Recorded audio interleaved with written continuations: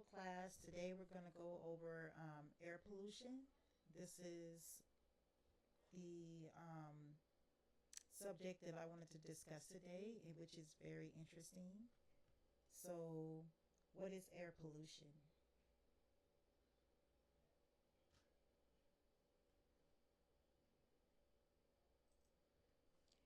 Air pollution is the presence of harmful substance in the atmosphere. It includes gases like carbon monoxide, sulfur dioxide, nitrogen oxides, and ozone, as well as particulate matter and volatile organic compounds. Primary pollutants are directly emitted, while secondary pollutants from through chemical reactions. So we have a picture here of all of the different chemicals that make up air pollution. And these are the chemicals that we're breathing, unfortunately.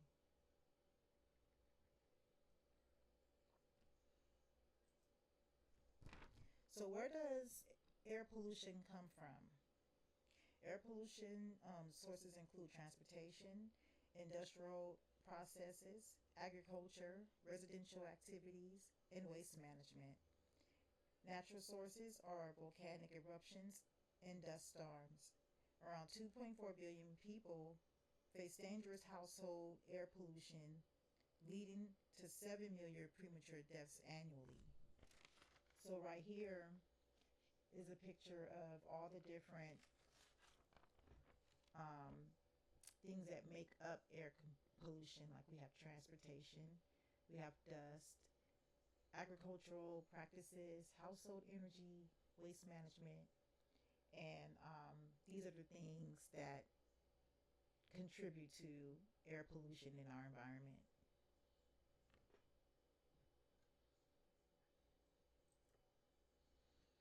So, major types of outdoor air pollution include smog and particulate matter that are major outdoor air pollutants. Photochemical smog forms from nitrogen oxides and volatile organic compounds in sunlight. Particulate matter, especially PM2, 0.5, is dangerous due to deep lung penetration. Acid rain forms from sulfur dioxide and nitrogen oxides. So I just have a picture here showing how we have different types of outdoor air pollutions. We have the sulfur dioxide, nitrogen oxide, um, NOx plus H2O, which equals nitric acid. And then there's also a picture of acid rain down here that I was able to pull up.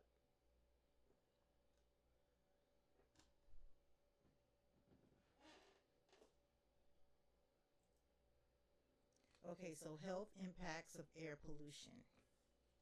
Air pollution causes respiratory problems, cardiovascular issues, and neurological effects.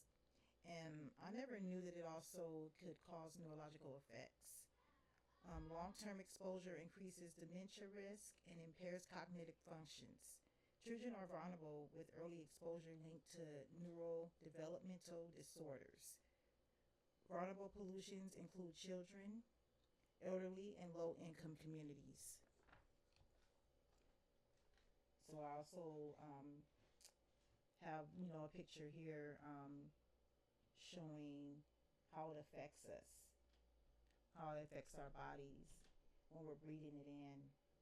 And I'm not sure if I brought up the respiratory problems, but it does cause asthma, bronchitis, emphysema, and lung cancer.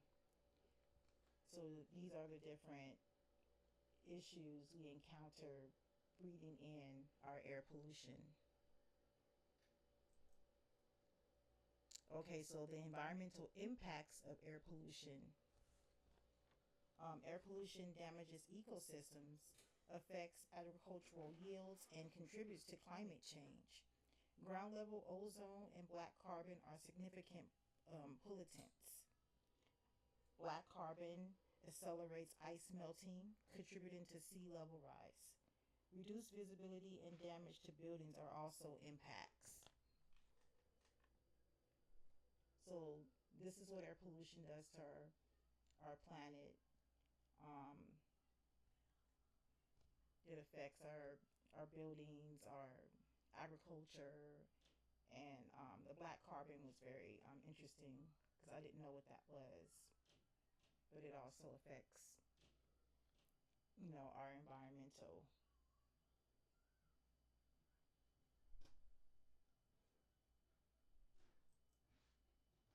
And right here is an AQI chart, and basically this is what they use the colors to measure how bad our air is to the environment, and monitor air quality. The EPA and local governments monitor our air quality, set standards, and enforce regulations. Personal monitors and citizen science provide localized data, identify pollutions, hotspots, and support community action. An AQI chart shows air quality levels from good to hazardous. So this is what this is here. This is how they monitor the air and grade it by the color chart.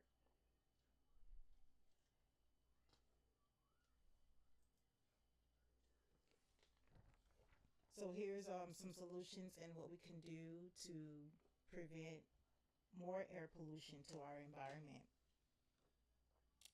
Solutions include government regulations like Clean Air Act, technological advancements like electric vehicles, and individual actions like reducing driving and conserving energy.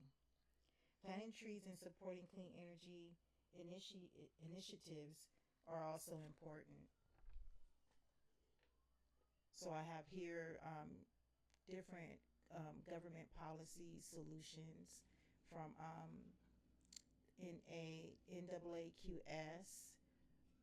um,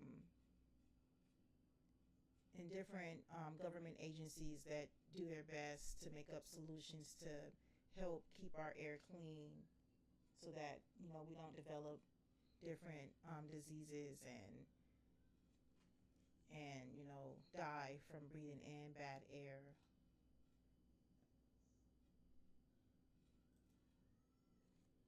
And the conclusion to my research and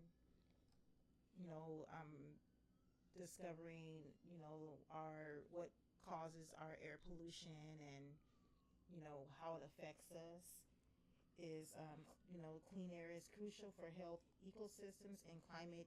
Individuals should stay informed, support policies, and reduce their carbon footprint.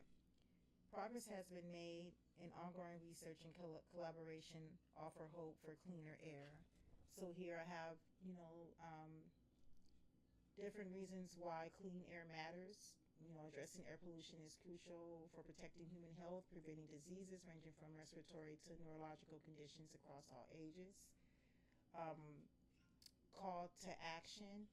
Our role is to stay informed about local air quality and its health advisories, engage with community initiatives, and support policies advocating for stricter emission standards and renewable energy, embrace personal responsibility by choosing sustainable transportation, conserving energy, and reducing your own carbon footprint. And progress and hope. Significant strides have been made in air quality improvement thanks to past regulations and technology innovations.